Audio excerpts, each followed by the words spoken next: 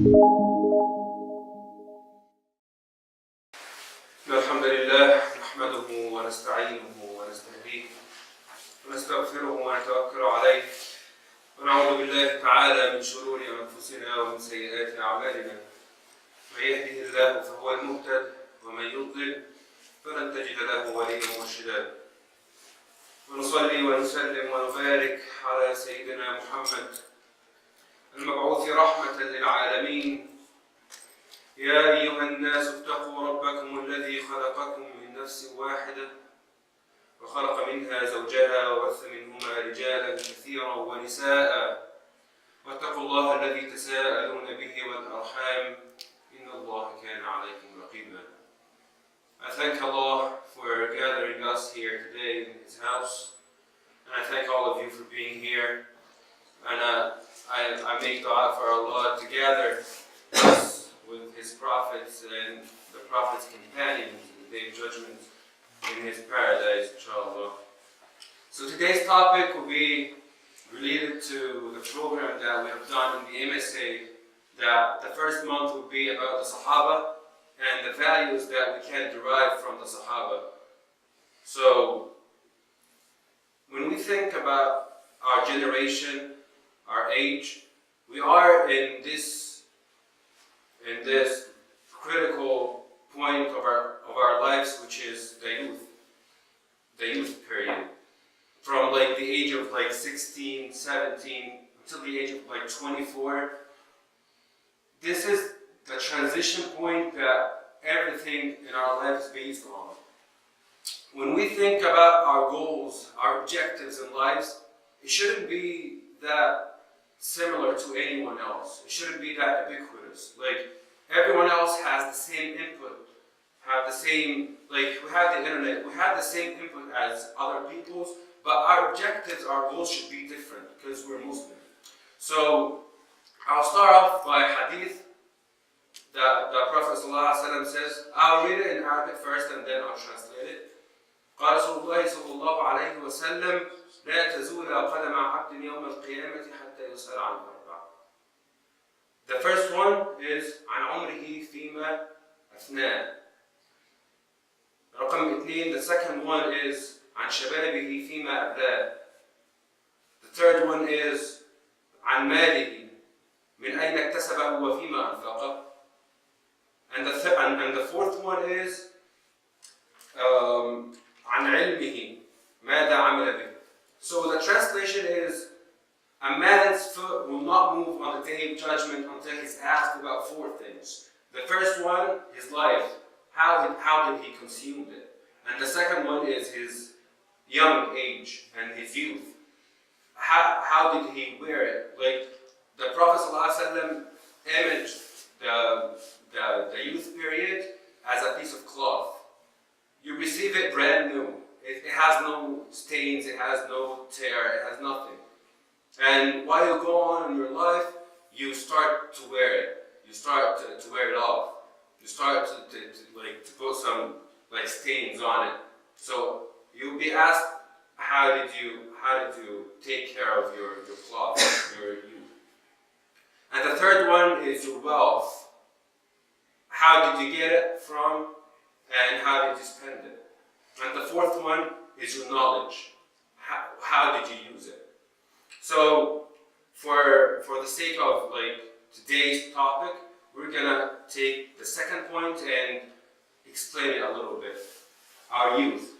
How did we wear it? How did we use it?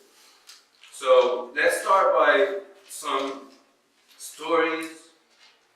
But like, the stories are not for the sake of like telling stories. We need to get the meaning. We need to get the moral of the story. So let me give you some examples of some companions of the Prophet. I'll give you 2 examples. The first one is Ali ibn Abi Talib, and he's well known. And the second one is a lady. She's called Asma bint Abi Bakr. So Ali ibn Abi Talib, he was starting growing up with the Prophet ﷺ since he was 6 years old. he was in care of the Prophet ﷺ, and when the Prophet has been chosen to be a prophet, like at that time, like when Ali he wasn't the prophet at that time. He wasn't a prophet. It was just a regular person.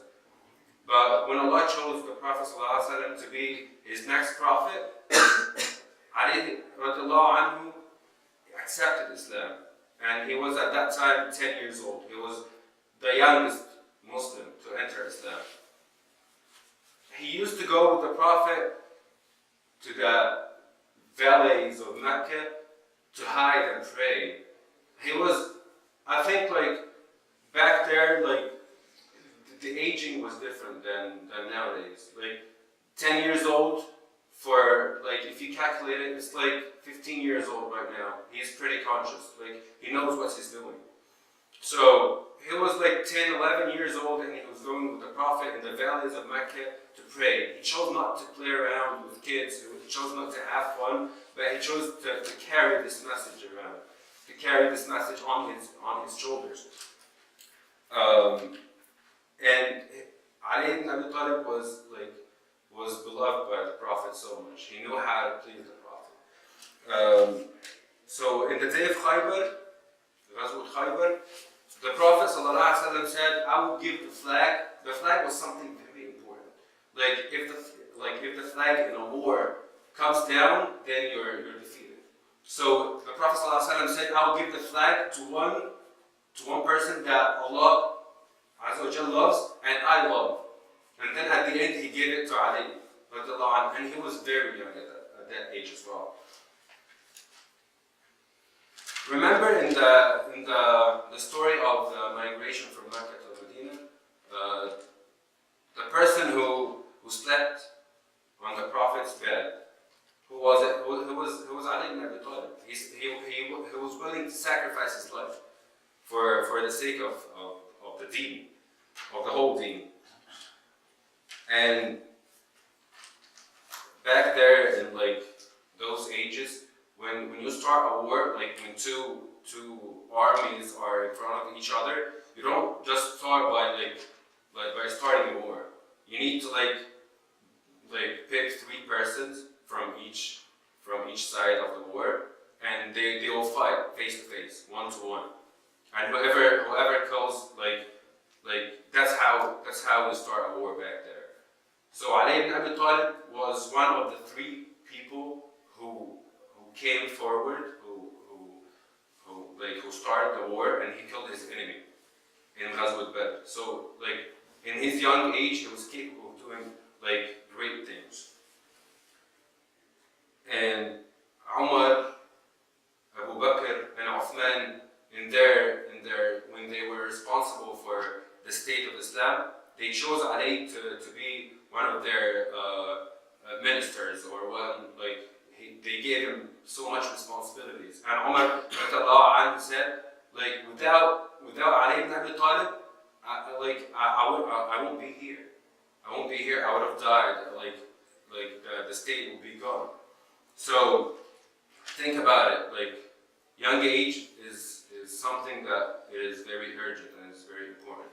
The second example is Asma bint Abi Bakr, and I'll continue after the break. الحمد لله حمدا كثيرا طيبا مباركا فيه ملء السماوات وملء الأرض وملء ما شاء ربنا من شيء بعد. Continuing off with Asma bint Abi Bakr. Asma bint Abi Bakr is known as ذات النطاقين.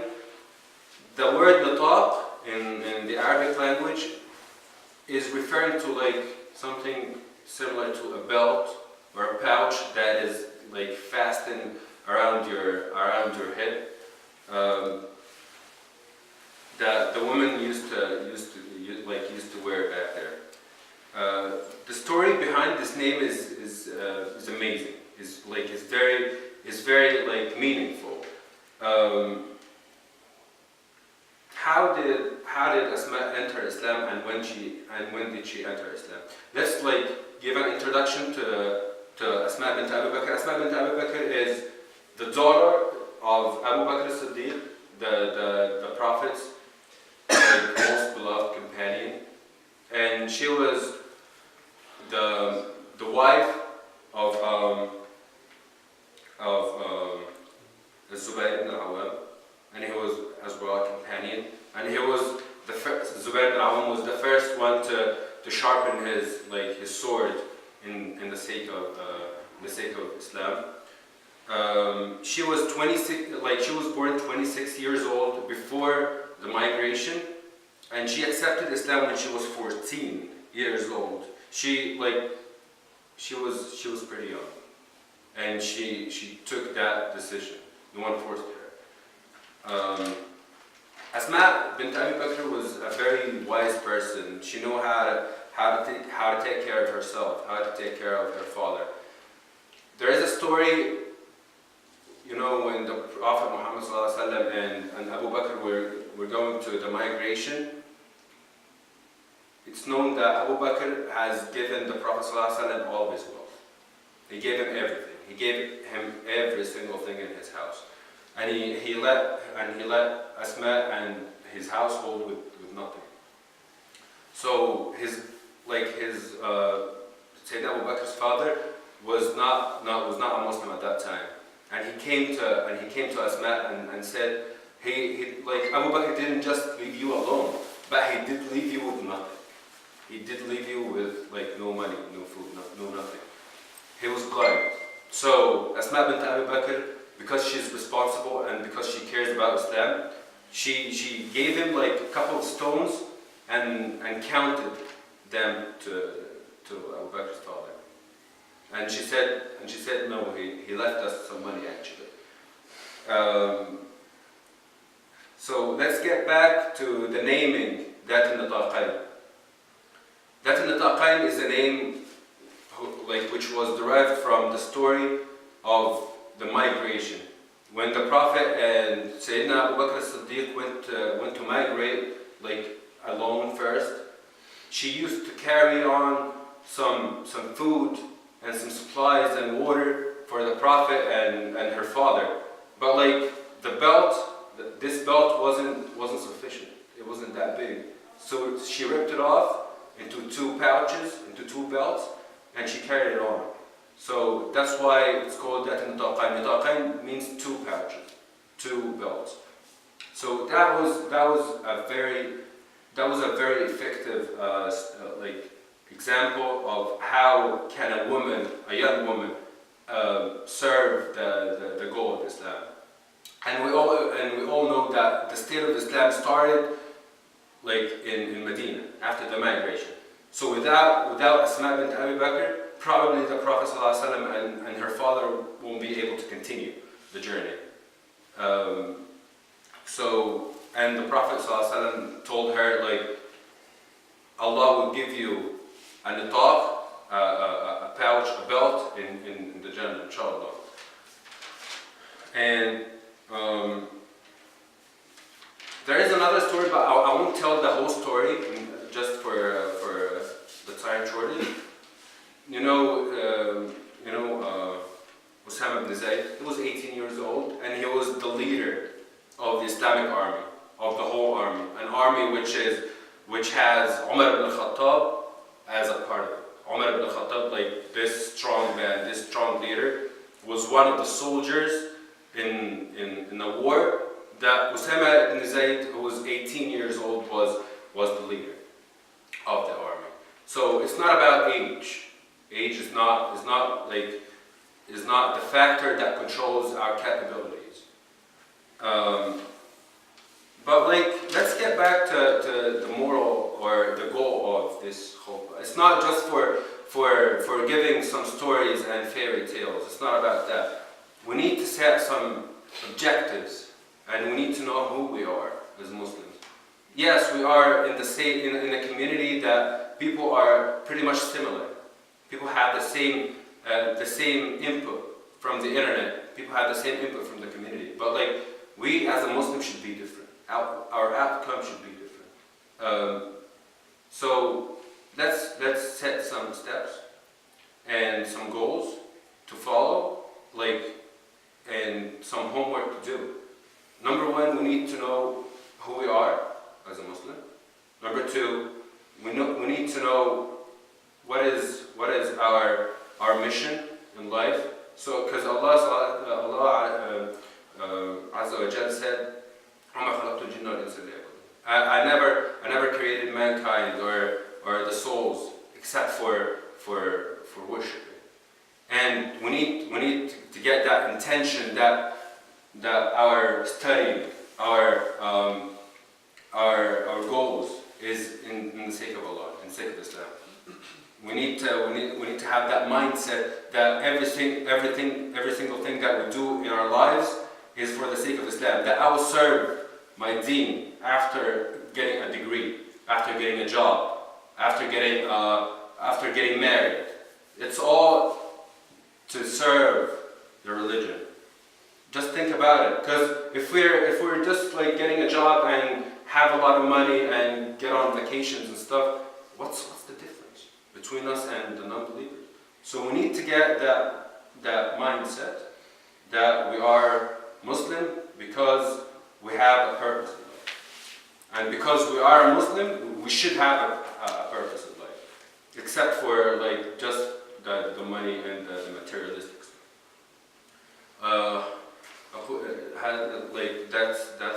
I'm gonna wrap up here, and I'll end up with the dua. اللهم اغفر لنا ذنوبنا وإسرافنا في أمرنا وثبت أقدامنا وانصرنا على القوم الكافرين. اللهم ارزقنا الجنة وما قرب إليها من قول وعمل وابعدنا عن النار وما قرب إليها من قول أو عمل. الحمد لله رب العالمين الرحمن الرحيم مالك يوم الدين إياك نعبد وإياك نستعين اهدنا الصراط المستقيم صراط الذين أنعمت عليهم غير المغضوب عليهم ولا الضالين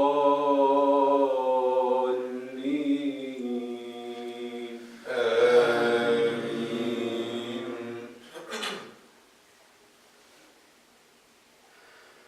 يا أيها الناس إن كنتم في ريب من البعث فإنا خلقناكم من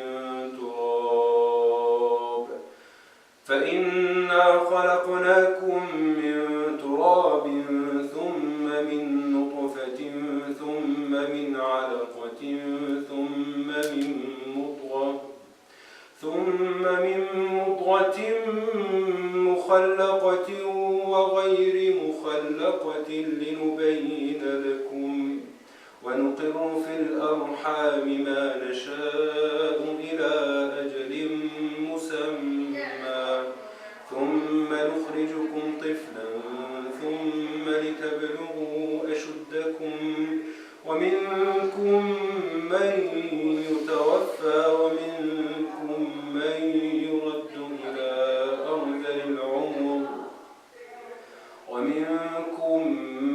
يرد إلى أرذل العمر لكي لا يعلم من بعد علم شيئا وترى الأرض هامدة فإذا أنزلنا عليها الماء اهتزت وربت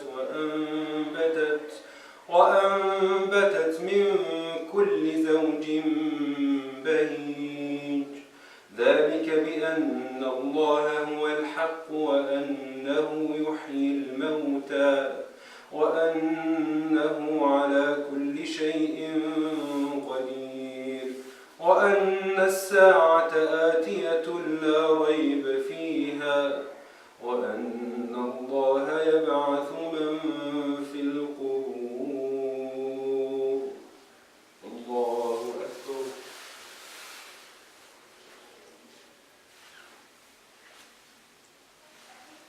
سمع الله لمن حمده.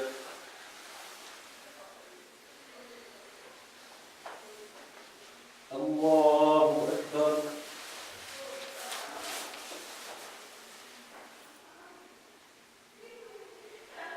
الله أكبر.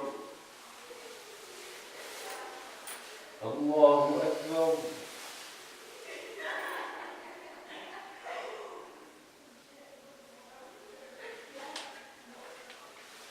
الله أكبر.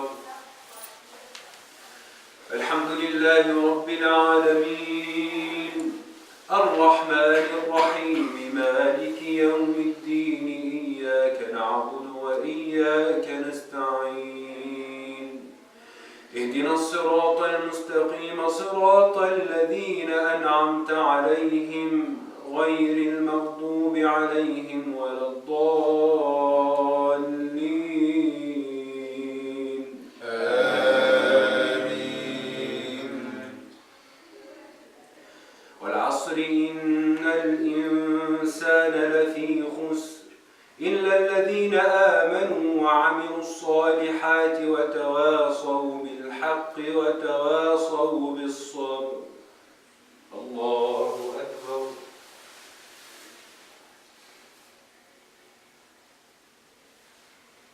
سمع الله لمن حمده.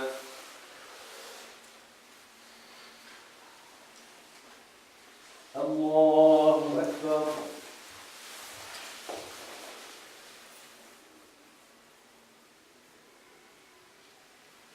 الله أكبر. الله أكبر.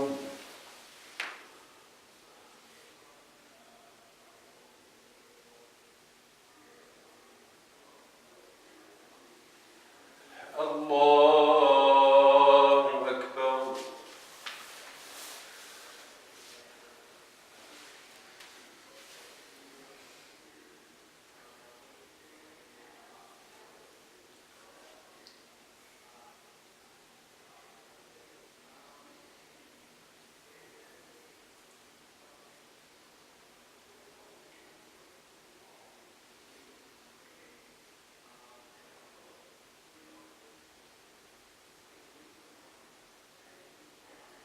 السلام عليكم